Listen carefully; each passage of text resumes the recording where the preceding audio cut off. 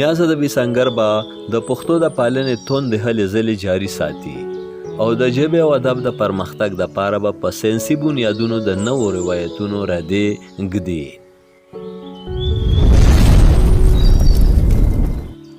سنګر په پرایویټ سکولونو کې د پښتو د لازمي مضمون په منظورېدو د خوښۍ څرګندونه او دې لړ کې د حکومتي اقدام ستاینه کوي. د خیبر پښتونخوا صوبې په ټولو پرایویټ او سرکاري سکولونو کې د پښتو ښودلو دپاره د پښتو استادان هم واخیستی شي. د نیاز ادبي سنګر په غونډه کې په متفقه توګه منظور شوي قرارداد کې د موجوده حکومت د مشرانو په خاص توګه د تعلیمي شعبې د واکمنانو نه کلکه غوښتنه. غونډه کې پروفیسر اسیر منګل او فضل وهاب درد ته د صدارتي ایوارډونو دپاره په نامزد کېدو او صدارتي ایوارډ یافته شخصیت لایق زاده لایق ته په نیشنل سیرت ایوارډ اخیستو مبارکي ورکړې شوه.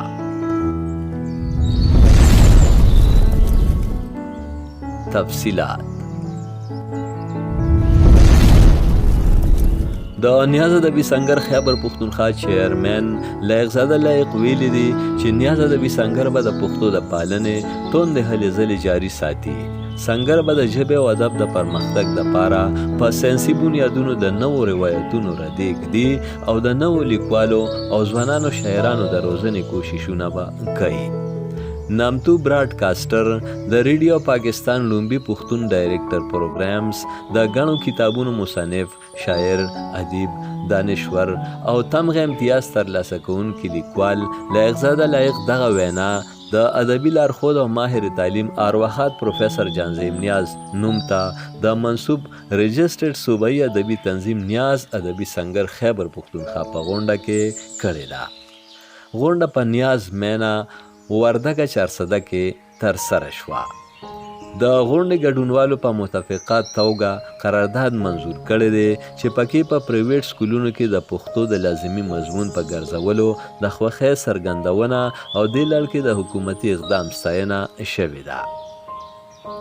د قرارداد په ذریعه د موجوده حکومت د متعلقه واکمنانو نه د خیبر پښتونخوا صوبې په ټولو پرایویټ او سرکاري سکولونو کې د پښتو ښودلو لپاره د پښتو د استادانو بھرتي کولو کلکه غوښتنه هم شوې ده.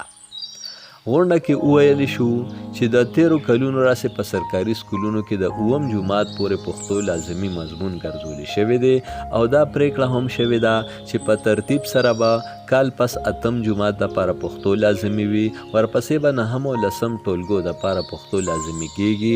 خو په دغه لړ کې د پښتو ښودلو دپاره د پښتو استادان تر اوسه نه دي اخیستې شوي، ځکه نو پرایویټ سکولونو او سرکاري سکولونو دپاره د پښتو ښودلو د استادانو بندوبست وکړی شي. په دې موقع نامتو ادبي شخصیت پروفیسر اسیر منګل او سینیر هنرمند فضل وهاب درد ته د صدارتي ایوارډونو دپاره په نامزد کېدو او صدارتي ایوارډ یافته شخصیت لایق زاده لایق ته په نیشنل سیرت ایوارډ اخیستو مبارکي ورکړې شوه. غونډه په 4 نشستونو مشتمل وه چې باقاعده پیل یې د کلام پاک د تلاوت سره وکړی شو. د لومبي نشست صدارت د نیاز ادبي سنګر خیبر پښتونخوا چیرمن لایق زاده لایق وکړ او د نظامت چارې جنرال سیکرټري امجد علي خادم ترسره کړې. په دې نشست کې د 13 غونډې روداد غوړولی شو او د پښتو د پرمختګ په لارو چارو غور وکړی شو. مشرانو د ځوانانو شاعرانو ادیبانو څېړنکارو زده کوونکو او قلمکارانو په تربیت روزنه او ډاډګیرنه هم تفصیلي خبرې اترې وکړې او د هغوی د فن هنر او زده کړو ځلولو استعداد زیاتولو سره سره د هغوی د ستونزو او مسلو حل کولو ته په پام ګرځولو زور ورکړ.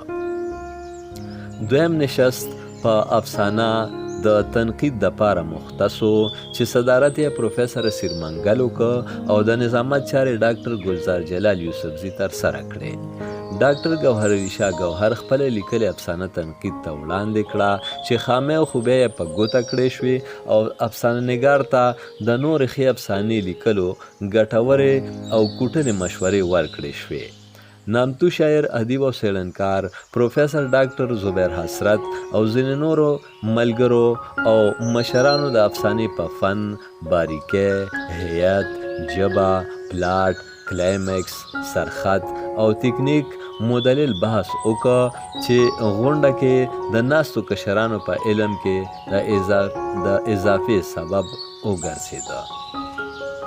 پروفیسر سریمنګل په افسانه مجموعي تاثر بیان که او دا یې د ډاکټر ګوهرعلي شاه ګوهر یو ښه کوشش وګرځولو. پروفیسر سریمنګل وویل چې د یو میډیکل ډاکټر یا میډیکل زده کوونکي دپاره دا لوی اعزاز دی چې هغوی په پښتو کې شاعري هم کوي او نثر هم لیکي او بیا د افسانې په نثري صنف د لیکلو کوششونه هم کوي. دریم نشست کې آزاده مشاعره وشوه چې صدارت یې چیرمن لایقزاده لایق وکړ او د نظامت چارې ډاکټر علم یوسفزي او حمیدالرحمن نادان په شریکه ترسره کړې. په مشاعره کې فرهاد علي فرهاد، صادق منزي، ډاکټر ګوهرعلي شاه ګوهر، فریدون خان، امجد علي خادم، حمیدالرحمن نادان، ډاکټر زبیر حسرت او ډاکټر کاظم نیاز خپل کلامونه وړاندې کړل. په دې موقع لایقزاده لایق خپل 2 کلامونه د اوریدونکو د خواهش تر مخه وړاندې کړل. عزیز خان عزیز د خپل پلار نامتو شاعر او مصنف محمد نواز خان نواز د شاعرۍ خوندور توکي پیش کړل. د مشاعرې نه وروستو د صدارتي ایوارډونو لپاره په نامزد کېدو پروفیسر سریمنګل او فضل وهاب درد ته او په نیشنل سیرت ایوارډ اخیستو لایقزاده لایق ته مبارکي ورکړې شوه. او د نیاز ادبي سنګر د سرپرست ډاکټر کاظم نیاز، میرویس خان نیاز، عبدالستار، دلاور خان او نور په شمول د غونډې ګډونوالو د نیاز ادبي سنګر لخوا دستارونه په سر کړل. د ایډورډز کالج پېښور د انګریزي څانګې د چیرمن نامتو څېړنکار او لیکوال ډاکټر ګلزار جلال یوسفزي لخوا ذکر شوي شخصیتونه د ګلونو په ګلدستو وقدرولې شول. 4م نشست د ثقافتي رنګ او آهنګ و چې صدارتي ایوارډ یافته او خوږژبي هنرمند فضل وهاب درد پکې د محترم امیر حمزه خان شینواري، محترم پروفیسر جانزیب نیاز، ډاکټر کاظم نیاز، لایقزاده لایق، پروفیسر سریمنګل، فریدون خان او نورو شاعرانو کلامونه زمزمه کړل.